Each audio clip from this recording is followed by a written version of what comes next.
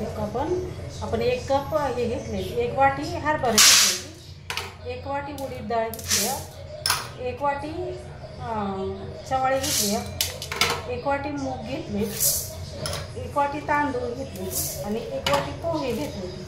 छोटे छोटे वाट्या घेतले होते. आपण असे नीट करून घेतलेले आहेत. 4 ते 5 वेळा धुवून घ्यायचं.